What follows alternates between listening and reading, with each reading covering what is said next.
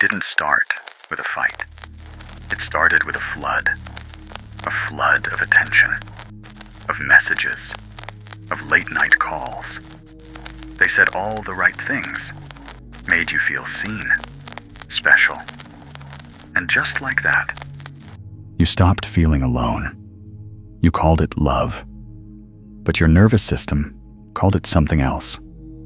A trap. They made you feel chosen, and then slowly made you feel crazy. They made you feel safe, and then walked you into hell. They made you feel whole, so they could slowly take you apart. Carl Jung warned us long ago.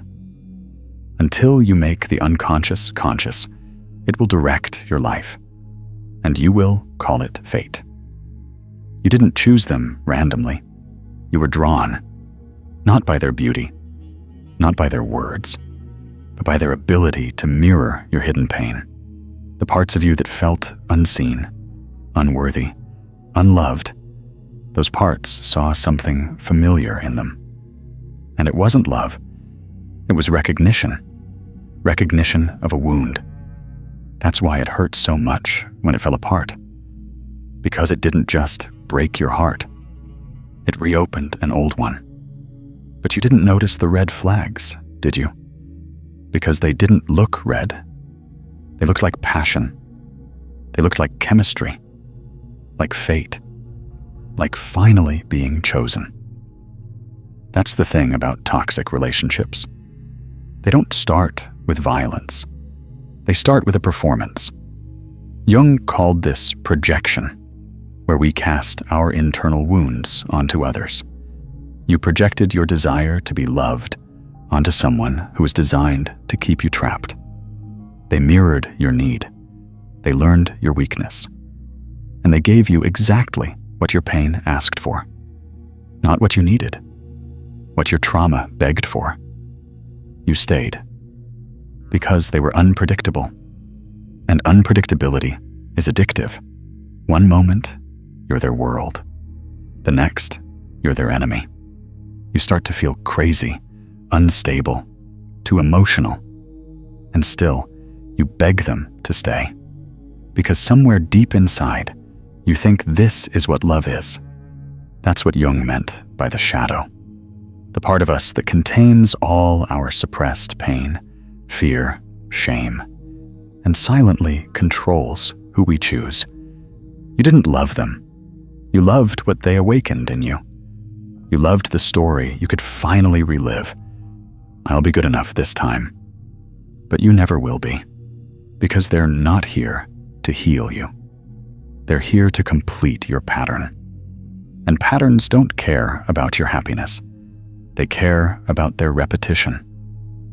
Here's the most brutal truth Jung ever revealed. The meeting of two personalities is like the contact of two chemical substances. If there's any reaction, both are transformed.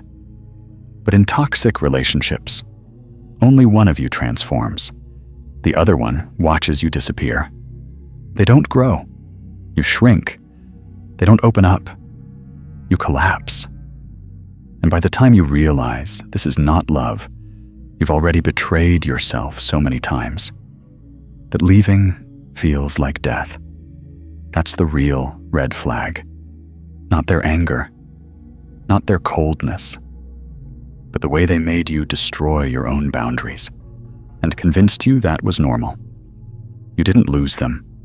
You lost yourself. And that is what Jung would scream from the grave if he could. You can't heal while you're still being wounded. You're not addicted to the person. You're addicted to the pattern. And the pattern is old, ancient, deep in your unconscious. But it ends here, because now you see it. And in the next part, we'll expose every red flag hiding inside the charm. They smile. They touch your hand. They say all the right things. And yet, something inside you twitches. Your gut whispers, "This isn't safe." But you silence it. because you've confused intensity for intimacy, chaos for passion, and attention for love. That's the first red flag. Not in them, in you. Carl Jung believed that what we ignore in ourselves becomes what we fall for in others. He called it shadow projection. You don't just choose a toxic person. Your shadow chooses them for you. You're drawn to what completes the parts of you that are missing, even if what completes it is destruction. And the shadow is seductive. It doesn't come with warnings. It comes with charm. Red flag number 1. They mirror you too perfectly. In the beginning, it feels like a soulmate. They like what you like. They hate who you hate. They finish your sentences. It's perfect. Too perfect. That's because it's a mirror, not a match. They're not being authentic. They're being strategic. Jung said we often fall in love with what we projected onto others, our fantasy, our ideal, our savior. And manipulative people know how to become that fantasy until they no longer need to. Red flag number 2. You feel high around them, then empty. The highs are euphoric. The compliments are loud. But when it's quiet, you feel anxious, disoriented, numb. That's not love. That's dopamine abuse. They flood your system with validation, then starve you of it. They make themselves the supplier of your worth. And once they own your emotional chemistry, they start to rewrite the rules. This cycle, love bombing, withdrawal, confusion, chase, is a loop Jung would say is psychic possession. Your emotional center is hijacked. You're no longer with a person. You're in a system of control. Red flag number 3. You begin to doubt your own reality. They interrupt you mid-sentence to correct your memory. They deny things they said yesterday. They get angry when you feel hurt and say you're too sensitive. This is not miscommunication. It's gaslighting. And the purpose is control. Jung warned that the unconscious seeks power when it feels threatened. A toxic person will create a version of reality where you are always wrong, so they are always safe. You start asking questions like, did I overreact? Maybe I am too emotional? Was I the one being toxic? No, Mawa. You're not crazy. You're being manipulated. Red flag number 4. They confuse you with contradictions. They say they love you, then disappear when you need them. They admire your strength, then mock you when you stand up for yourself.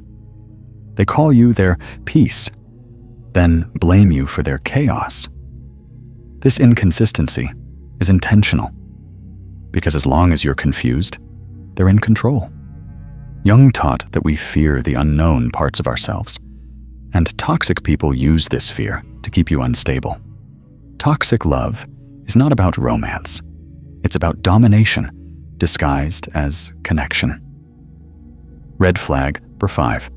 They demand loyalty, but give none. The rules don't apply to them. You're expected to stay faithful, understanding, forgiving. But when they lie, cheat, or ghost you, they say you're overreacting. That's not love.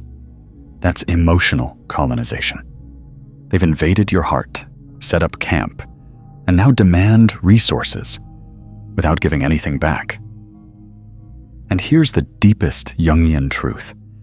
People will do anything, no matter how absurd, to avoid facing their own soul.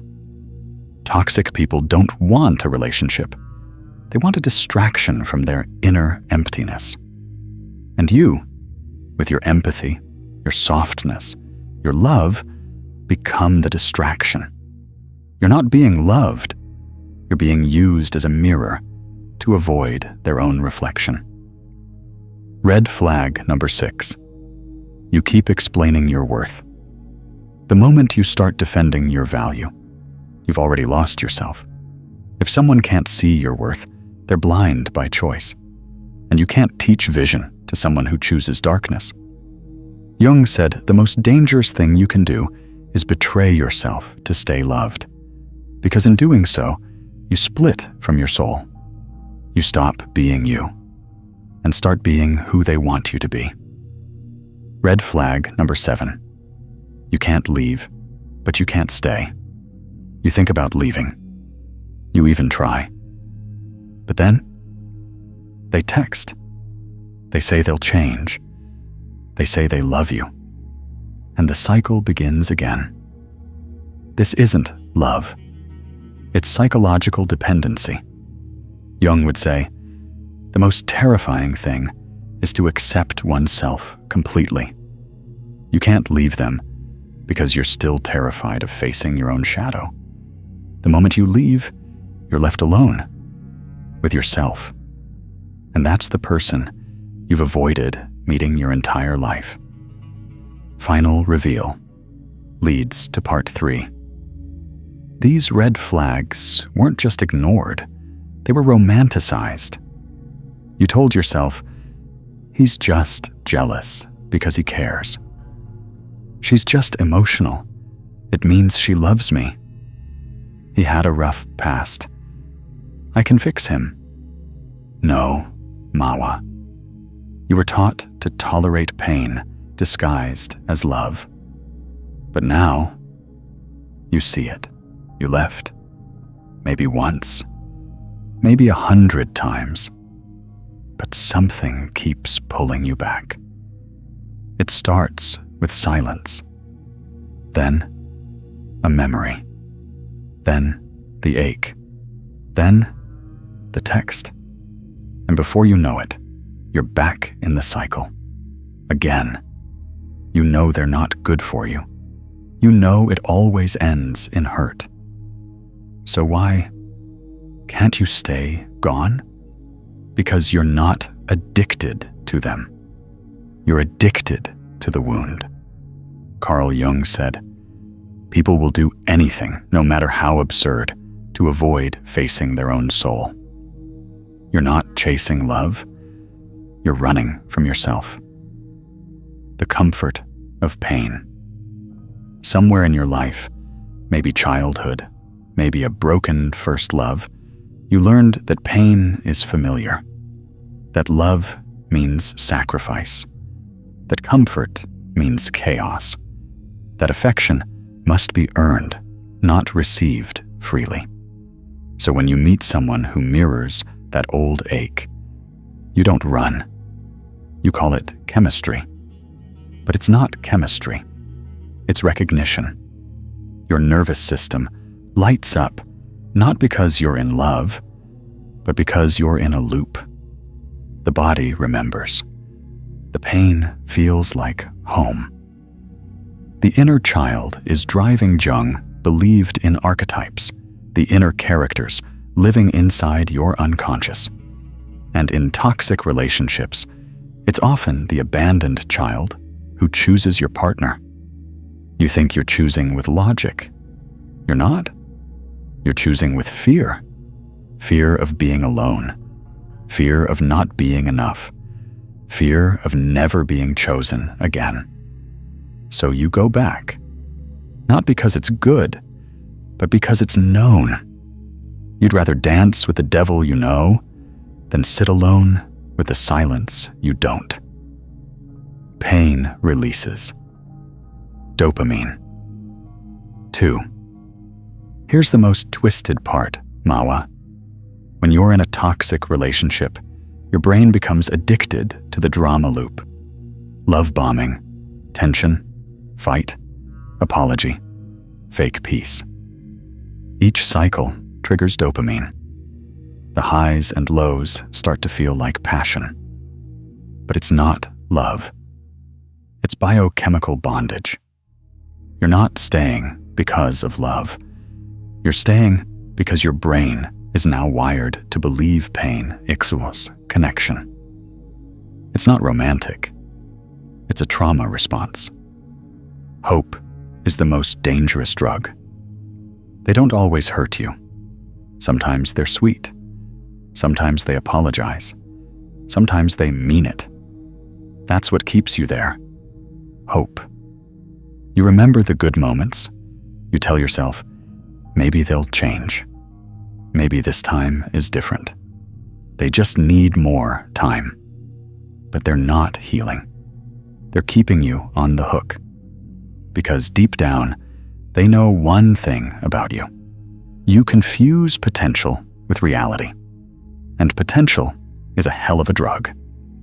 The real reason you can't leave. It's not about them. It never was. It's about the version of you that you abandon every time you go back. The version of you who believes, if I'm more patient, they'll love me.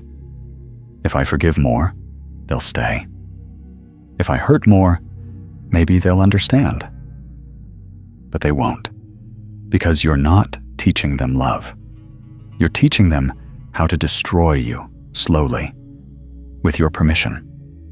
And Carl Jung's darkest insight was this: the privilege of a lifetime is to become who you truly are.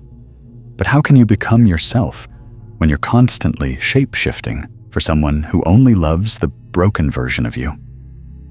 You stay, because healing hurts more. Here's the truth. Nobody tells you leaving hurts, but staying breaks your soul. And sometimes the pain of being alone feels louder than the pain of staying toxic. Why? Because when you leave, you don't just walk away from them. You walk into a room with all the wounds you've never dealt with. Silence. Loneliness. Your inner child screaming, "Am I unlovable?"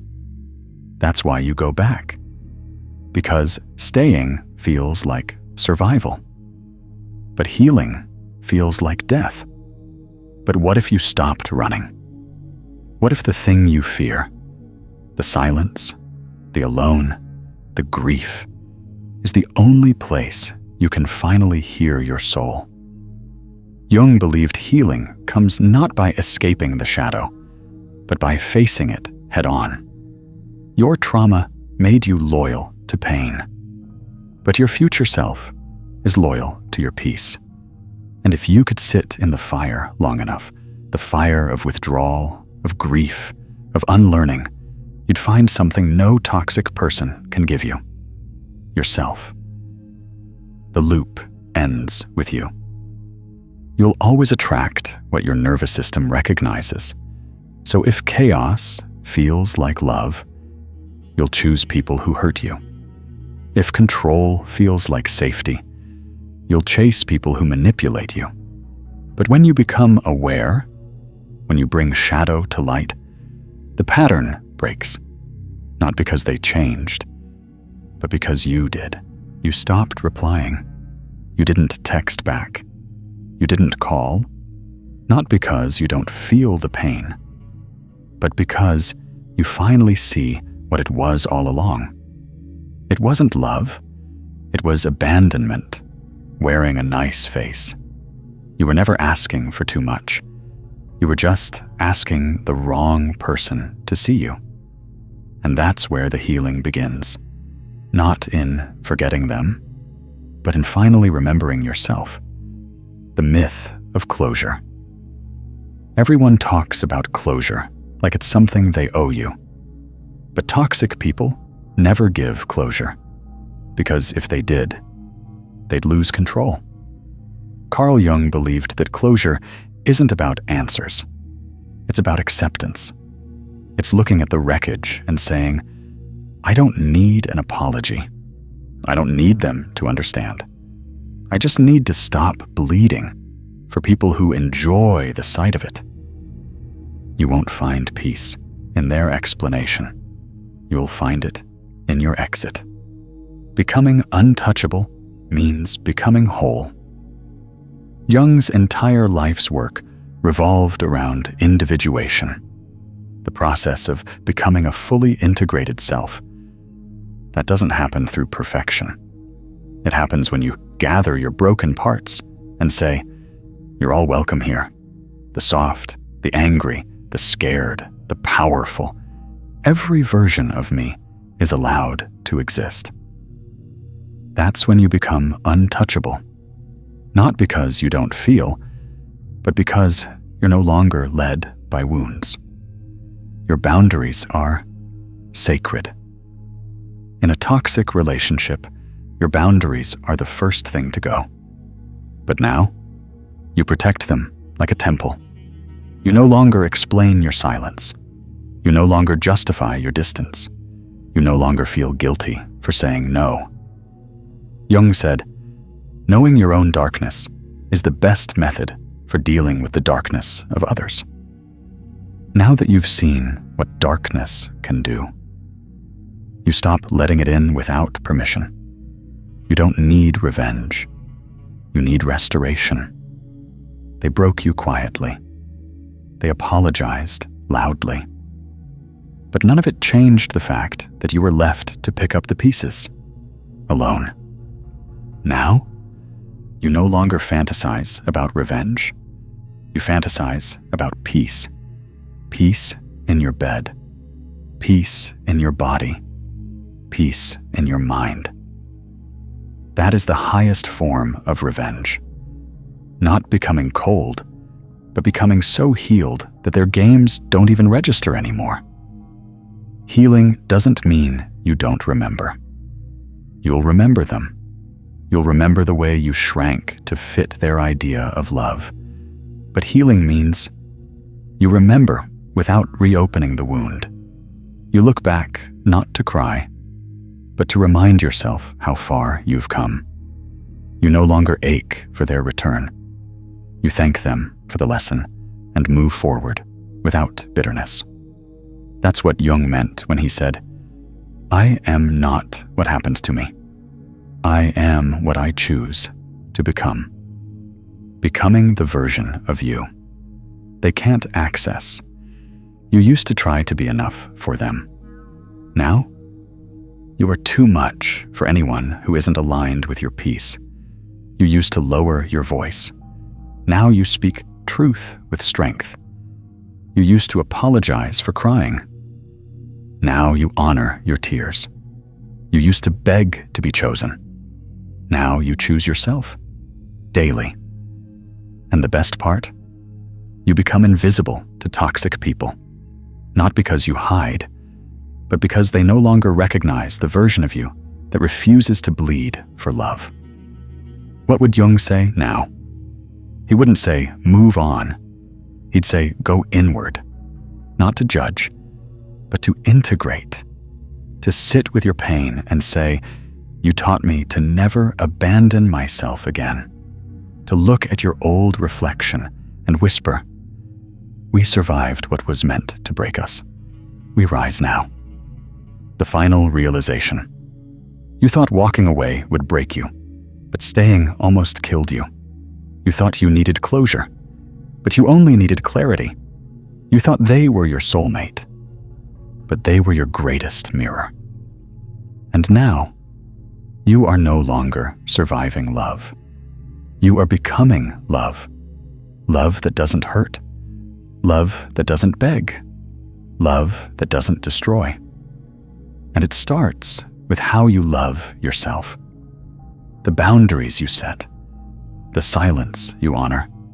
The peace you protect. Final words to the viewer. Emotional wrap. If you made it this far, you're not weak. You're aware. And awareness is the first step to breaking the cycle. Comment below. I will never abandon myself again. Let that be your promise, not to them, to you. Because you were never too much. You were just too real for people who live fake. And now, you're free.